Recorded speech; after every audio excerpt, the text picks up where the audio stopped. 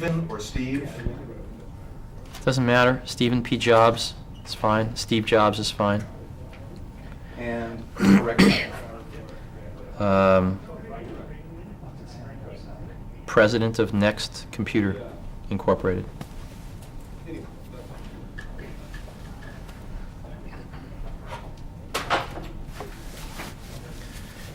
What has your life come into contact with that of Dr. Joseph Juran's? Well, at Next here, we decided to try to figure out what all of this ballyhoo about quality was about. So we started looking into things, came in contact with a lot of people. And Dr. Juran was one of the few people that I met that had a real down-to-earth approach to it, that didn't think that quality was the second coming, but rather thought that he approached it much more scientifically. And that resonated with the engineers and other technical people here at Next, as well as the executives. And so Dr. Juran's visited us several times, and always wearing his characteristic bow tie. And we've learned a lot from him. What are some of the things that you have found most valuable? I think the things that we've learned most from Dr. Juran are to look at everything as a repetitive process and to instrument that process and find out how it's running, and then start to take it apart and re-put it back together in ways that dramatically improve its effectiveness in a very straightforward way. And no magic, no pep rallies, just looking things directly in the eye, seeing them as repetitive processes, and then re-engineering them. And I think most of the quality stuff, as I've understood it, is really a lot about re-engineering your repetitive processes to make them much, much more effective, combining them, eliminating some, strengthening others. It's easy to see why broadcasters would want to do a program, let's say, on Madonna or Arnold Schwarzenegger. Why do you think the American people might be interested in, or why should the American people be interested in seeing a documentary on this old guy with the bow tie, Dr. Juran?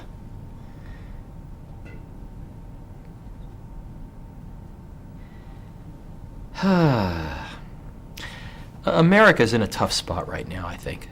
I think we've forgotten the basics. We're so prosperous for so long that we took too many things for granted, and we forgot how much work it took to actually build and sustain those basic things that were supporting our prosperity. Things like a great education system, things like great industry. And we are now faced with relearning those things, going back to the basics and relearning them. And that's why I think Dr. Juran is so valuable, because he is standing right on the basic heart of the matter of why we are being out-manufactured, why we are being outplanned by Japan. It is not excuse me. It is not because the Japanese are tricking us. It's not because the Japanese are better intellectually. It's because we are being outplanned, we are being out-strategized, we are being out-manufactured, and there is nothing that can't be fixed, but we're not going to fix it up here. We're going to fix it by getting back to the basics of what we need to do. There aren't an awful lot of living legends around these days. When Joseph Juran walked in through these front doors, what struck you about Dr. Juran, the person?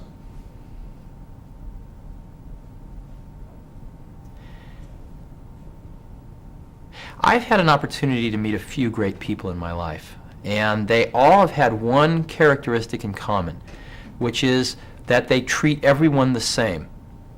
Whether it's the janitor or the president of the company, whether it's the president of the United States or someone in a rural slum, they treat them exactly the same. And if a question is asked, they will directly answer that question to the best of their ability. The look in their eyes is exactly the same, and that was certainly true of Dr. Juran. Any question asked was the most important question that could have been asked at that moment as far as Dr. Juran was concerned. And the caring and straightforwardness that he expressed towards every individual made a big impression on us. Of course, his awesome knowledge of the subject. But beyond his awesome knowledge of the subject, the way that he viewed people so optimistically that even the most foolish question was addressed with the greatest desire to transmit what he had learned in his life. Everybody now certainly uses quality, whether it's in the advertising or in their internal literature. It's sort of, American flag, apple pie, and motherhood. It's almost the price of admission in lots of industries. Right. And yet, so many corporations, large businesses in particular, have such a hard time getting things moving, seeing results, getting people somehow facing the right direction. What holds it back, do you think? It's funny, the group of people that do not use quality in their marketing are the Japanese. You never see them using quality in their marketing. It's only the American companies that do. And yet, if you ask people on the street which products have the best reputation for quality, they will tell you the Japanese products. Now, why is that? How could that be? The answer is because customers don't form their opinions on quality from marketing. They don't form their opinions on quality from who won the Deming Award or who won the Baldrige Award. They form their opinions on quality from their own experience with the products or the services. And so one can spend enormous amounts of money on quality. One can win every quality award there is, and yet if your products don't live up to it, customers will not keep that opinion for long in their minds. And so I think where we have to start is with our products and our services, not with our marketing department. And we need to get back to the basics and go improve our products and services. Now again, quality isn't just the product or the service, it's having the right product. Knowing where the market's going and having the most innovative products is just as much a part of quality as the quality of the construction of the product when you have it. And I think what we're seeing is the quality leaders of today have integrated that quality technology well beyond their manufacturing, now going well into their sales and marketing and out as far as they can to touch the customer, and trying to create super efficient processes back from the customer all the way through to the delivery of the end product so that they can have the most innovative products, understand the customer needs fastest, et cetera, et cetera. You've had a remarkable opportunity to do an Act 1 and Act 2, maybe there'll be an Act 3 and an Act 4. I'm not sure whether you came into contact with Dr. Juran back in the days of Apple. No, just at Next. What do you do differently at Next as a result of having been in contact with Dr. Juran that you didn't do back in the days of Apple? In most companies, if you're new and you ask, why is it done this way? The answer is because that's the way we do it here, or because that's the way it's always been done. And in my opinion, the largest contribution of much of this quality thinking is to approach these ways of doing things, these processes, scientifically, where there is a theory behind why we do them. There is a description of what we do, and most importantly, there is an opportunity to always question what we do. And this is a radically different approach to business processes than the traditional one, because it's always done this way. And that single shift is everything, in my opinion, because in that shift is a tremendous optimistic point of view about the people that work in a company. It says these people are very smart. They're not pawns. They're very smart. And if given the opportunity to change and improve, they will. They will improve the processes if there's a mechanism for it.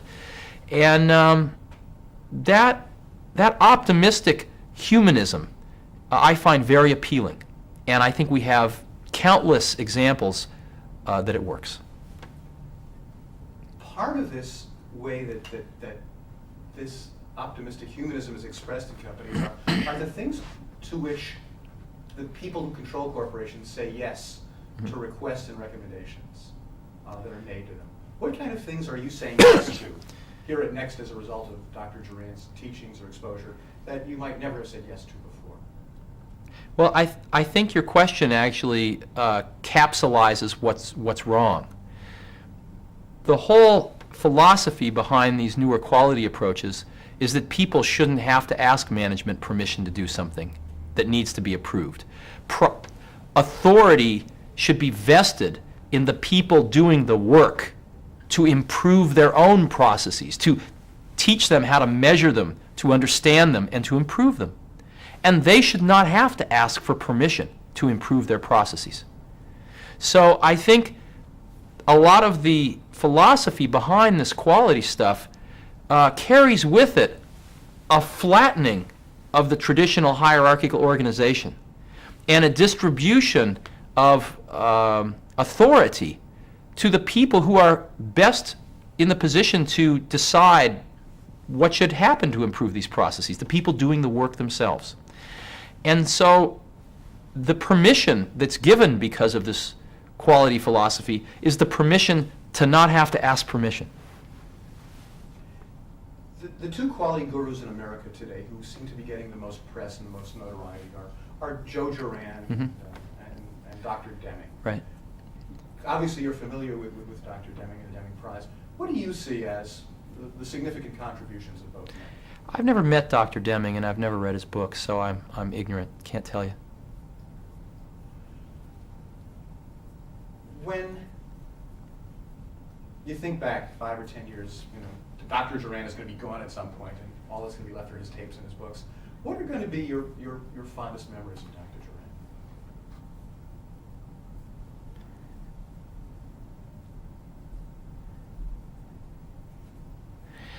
I think the thing that strikes me most deeply about Joe Juran is the fact that at his senior age, his mind is as alive as anyone I know. And he has an energy about him that propels him around the globe on planes, to come visit companies like Next, to spend draining days trying to transmit what he's learned his whole life to people. And you ask, why does he do this?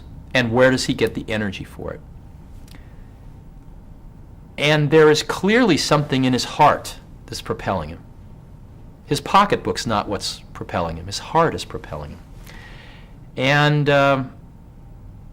I have a very deep respect for that thing in his heart, that he's trying to take everything he's learned in his whole life and teach the next generation before he can no longer do that. And he's flown out here several times, cross country, to try to make Next the kind of company that he would like to see more of. And he will gain nothing from it himself, except to know that his ideas will live on beyond him. And I really respect that.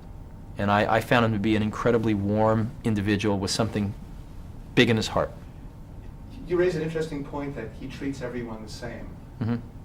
I don't know how much private time you spent with him, a lunch or a dinner, apart from the ceremonial stuff. Fair bit. You can tell us, what's Dr. Juran really like? I think he has much more of a sense of humor than he lets show when he's talking to groups. Much more of a sense, kind of a pretty wicked sense of humor, actually. And I just imagine when he was young, he was a pretty wild character. Now, everyone we've spoken to has always alluded to Dr. Juran's humor. Uh-huh. And we always say, give us an example. Can you give me an example of the Juran humor? My memory's not that good. I don't remember anecdotes and things like that, but I remember laughing a lot with him. Last question, before I ask Hollow what I've not covered. What have I been not smart enough to ask you that you think ought to be on a videotape of the life of Joe Juran, that maybe if you don't say this, nobody else will?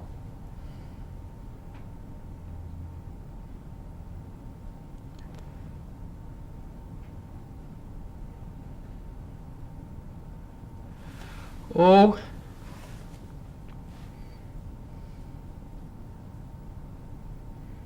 I don't know. I never visited him at his home. I think you learn a lot by doing that. I never met his wife, and I think you learn a lot by meeting someone's family.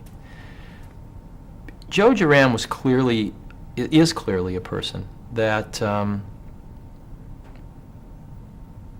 spent his life on one thing.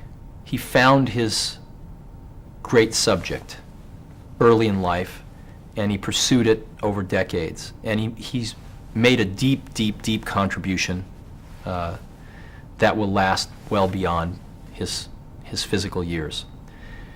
And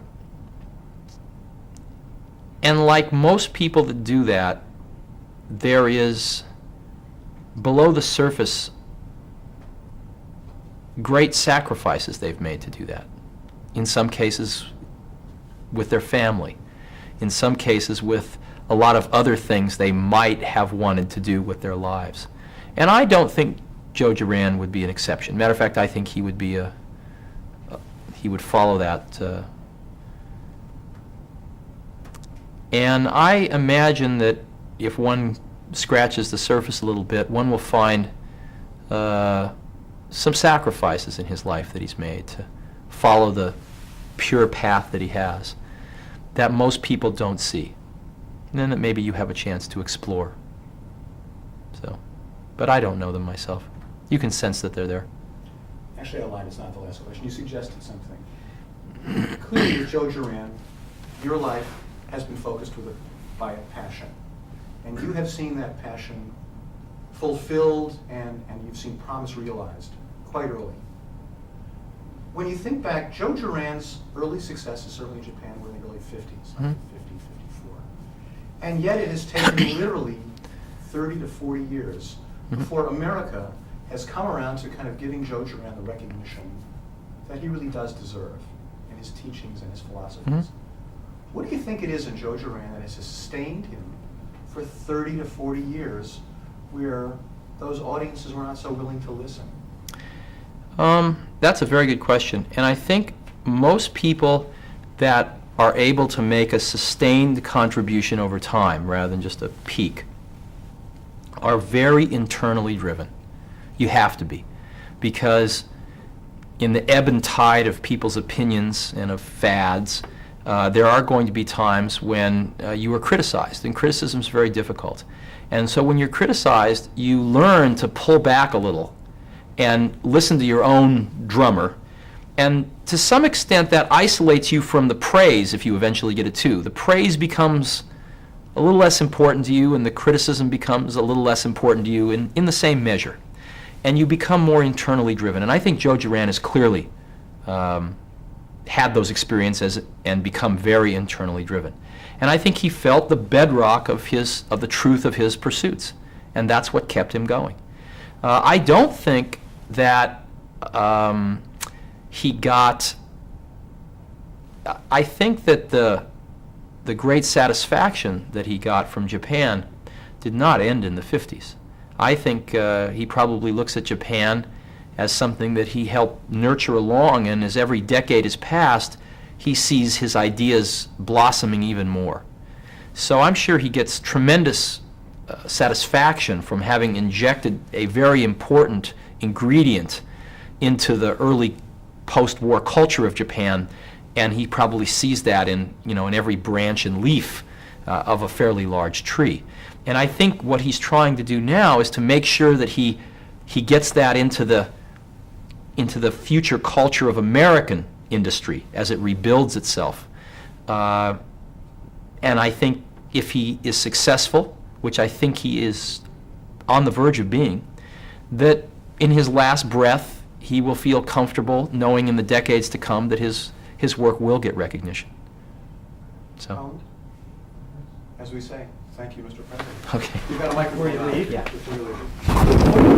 I would like to say thank you. Sure. I have, at least had at the time, a very young son.